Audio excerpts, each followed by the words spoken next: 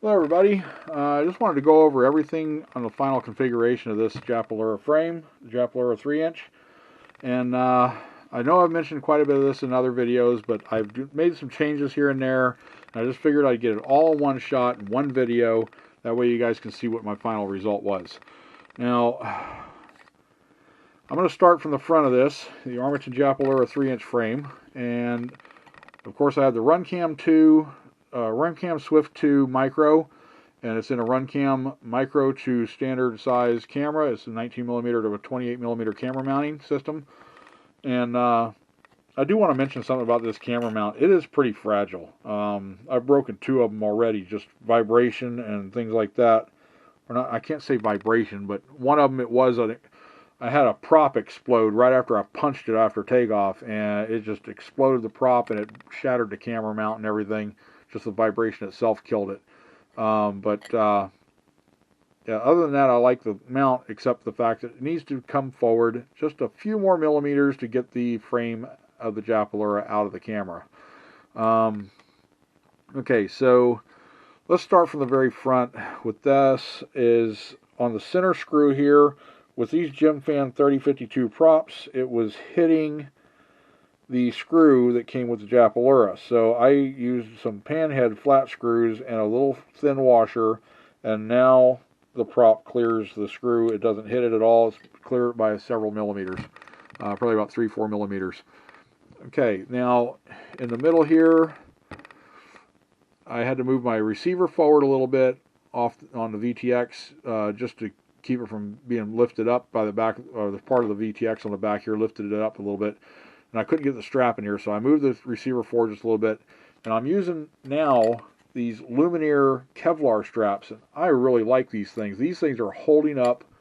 I was replacing a strap. All the other straps I've tried, like 3 different straps, I was replacing them every 10 to 20 flights. They were starting to tear, either here or by the buckle, or just starting to cut through, or they were coming apart up here where the Velcro hard part is. It was just horrible. This thing's already got 100 flights plus on it, and it's still holding up. I mean, it's got a little bit of fraying on the end, and stitching came loose right here. I just clipped it off because I was worried it was going to get in the prop. If I have to restitch it, I'll just restitch it. It's got a nice metal buckle and everything. It hasn't come loose. I mean, everything's really good with this. Got this little rubberized kind of stitching across here, and some of it's coming up a little bit, like stretching out, but it's holding up really well. Okay, so I got the HGLRC F438 stack in here. That's all pretty much the same. And Hellgate buzzer. I had problems with that thing trying to find a place to put it on this frame. I've had it up in here and it didn't want to stay there. I had it, kind of strapped in a couple other spots, and just didn't want to stay. But now I found a place that'll stay, and it's not going anywhere. It hasn't gone anywhere. I've already had a couple of good crashes with it, and it hasn't budged. So what I did was I took, if you look at this side of the frame, you'll see where I'm going to be talking about, because you can't really see it on the other side. Right here, this part of the frame that comes up on the Japalura. So you go to the other side, and you can kind of see it here. Get this prop out of the way. You can kind of see it there. And on that part of the frame, I took some 3M tape. This is the wide stuff here. I use the thinner stuff, but I still had to cut it down for quite a bit. This is what I use to stick everything, my receiver in there. It comes off really nice. So you got to take your time pulling it off, but it comes off clean. So I really like using this. It sticks well.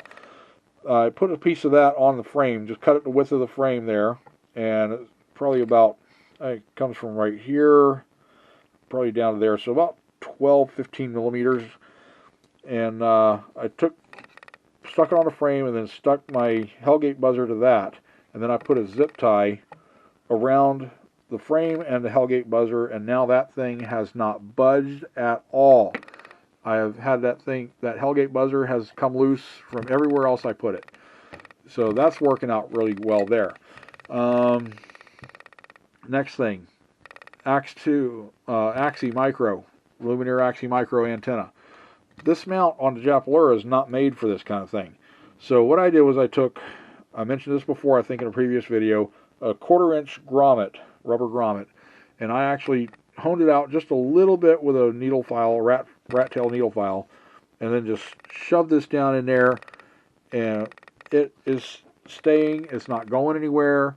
I did have some hot glue on the back of it, but that's come loose. You can see it's down there on the coax. I'm going to have to get that off of there one day.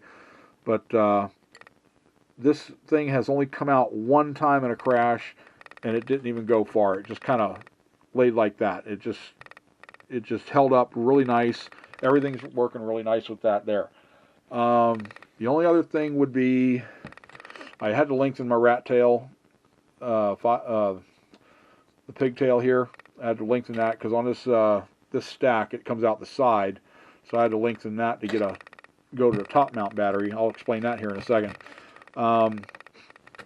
Receiver antennas. I run those through these forever antenna tubes. I got some of those, and I got some 90-degree antenna tube holders that are not, I mean, it's not really designed to do that with these frames, but right here on the very back screw on the frame, where the top goes to the bottom of the frame, there's a screw that goes right here, and it only comes up to about there. So I got a longer screw of the same exact material, same size, M2 screw, just I think it's like a 20 millimeter now, and I run that through there. I put two 5 millimeter M2 standoffs that a 4 millimeter nut driver will fit on them.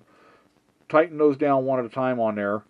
And when I put the antenna tube holder, 90-degree antenna tube holder over that, it was really loose. So I took it off, put a piece of heat shrink over those standoffs, and then shoved that antenna tube holder back on there, and it's snug putting it on. It was a little bit of work to get it on there, but it's not going anywhere. And then I put another piece of heat shrink, just cut a little piece to put over the top. I keep getting the props in the way of the camera here. But I put another piece of heat shrink over the top of that so it couldn't lift off very easily. And then I took the antenna tubes and I zip tied them to the frame right here. And they are holding up really nice. I haven't had any problems. My actual antenna comes up to about here off this R-XSR. Yeah, R-XSR. FrSky receiver. The antennas come out to about here, so this is not doing too bad. And yeah, I already mentioned the camera mount screw. Okay, the strap, I already mentioned that. They're holding up really nice. I love these Kevlar straps. They're just holding up really, really well, and they're not very expensive. Now I was doing bottom mount battery, so I lengthened my pigtail here and got it just the right length. And one thing about these the foam pads, the battery pads that come with these frames and other frames, you stick those on there. If you have to replace them, they are an absolute mess to get off. You get that glue off of there and all the rest of the foam, and it's just a pain in the butt. So I make my own sticky pads out of cell phone dashboard sticky pads that you buy at the automotive store for like $5. And I can make a whole bunch of these out of this one sticky pad, which I've made several already, and I've made several for another frame. But these you can wash off, let them dry out, stick them back on, and right now this thing is absolutely filthy. I have to wash it off, so it's not sticking very well at all. But there you go. Stick that on there. And these are the Tattu 850 75C4S batteries. Stick it right on there. And I'll show you some of the problems I was having with the bottom mount compared to the top mount here. Get that on there, and this is a 16 by 220 millimeter strap, and I didn't get the buckle. It didn't hold the buckle all the way down, so it's coming down pretty far right there. It usually comes up to about here, and it's holding up really well. And just a little bit of fraying here. I mean, that's not nothing, but I got over 100 flights on this strap alone, taking batteries off and on. Okay, so when I had the bottom mount battery on this, there was a lot of space in between the strap and the battery, so it could shift around and stuff. And I just didn't like the way it flew either, because it was always like it was trying to throw a battery over. It's like a swinging an arm or something like that. So it's just like ooh, like that, instead of like snapping, rolling. Now the center of gravity is right at the prop, right here, right at the bottom of the nut, right at the top of the prop, almost dead center of the prop. Balance is really nice. I mean, you can see, let's see, I'm holding it right at the prop nut. So it is a little bit, yeah, about the center of the prop is where I'm holding it now. And it's just a little bit leaning this way, so it's right at the bottom of the nut and the top of the prop line. So that's why it's snapping rolling. It's nice, quick, snappy rolls instead of trying to throw the battery. So that's another advantage. The no space between here, between the strap and the battery. With the pigtail, when I lengthened the pigtail, I did cross strap it here to the back of the frame. And now when it plugs in, and it sits just perfect right there. And this is the only other problem I have. This, I'm going to be taping, using electrical tape just to tape these balance leads down, just right here. Or I'm going to put a little zip tie, but the zip tie will probably move around too much. So I'll probably just put a piece of electrical tape around these. Because I did have one on a bumpy landing. It was just long enough. It caught the prop, and it broke the balance lead casing right here. I had to replace that on one of my batteries. So pretty much everything here is covered now. I got your, antenna tubes, the antenna tube holders, how I put those on. Oh yeah, these right here. These foam pads, landing pads, I was cutting them in half and putting them out here on the end of the arm, but they kept tearing, little bumps and, landings and coming in for a landing, you bump it at an angle, it just kept tearing off. So I put them on here, and I didn't think they were going to stick on the electrical tape that I have wrapped around the arm holding the motor wires down. But these things, this is the first set. This is the first set I've put on like this. I've replaced like 6 of the other way with the, the half of them on the ends, in just probably about 50 flights. And these I've already put about 70, 80 flights in. It's still the first set. Not a single problem with them. I do have to tell you about this Armattan frame.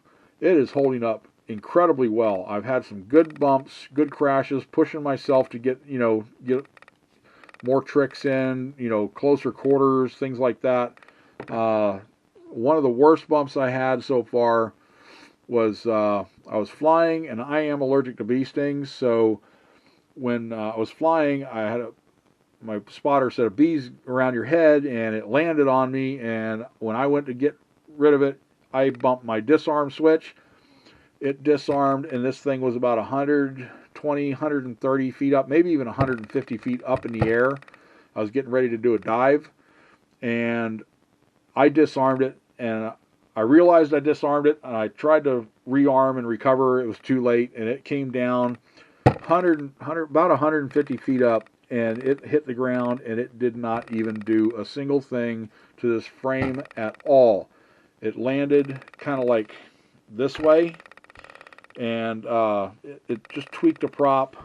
It didn't do anything else, and it was just excellent. I love this frame for durability alone. I will sacrifice that little bit of weight and aerodynamics just for the fact that this thing is so durable, and the lifetime warranty, and the little bit pricier, but I think it's well worth it. So there you go. I think I covered everything. The AXII antenna, how I mounted it with the grommet, the pigtail, how I mounted it on the back here, cross-strapped it there, the skids, camera mounts, receiver, Hellgate buzzer, everything. I think I covered everything.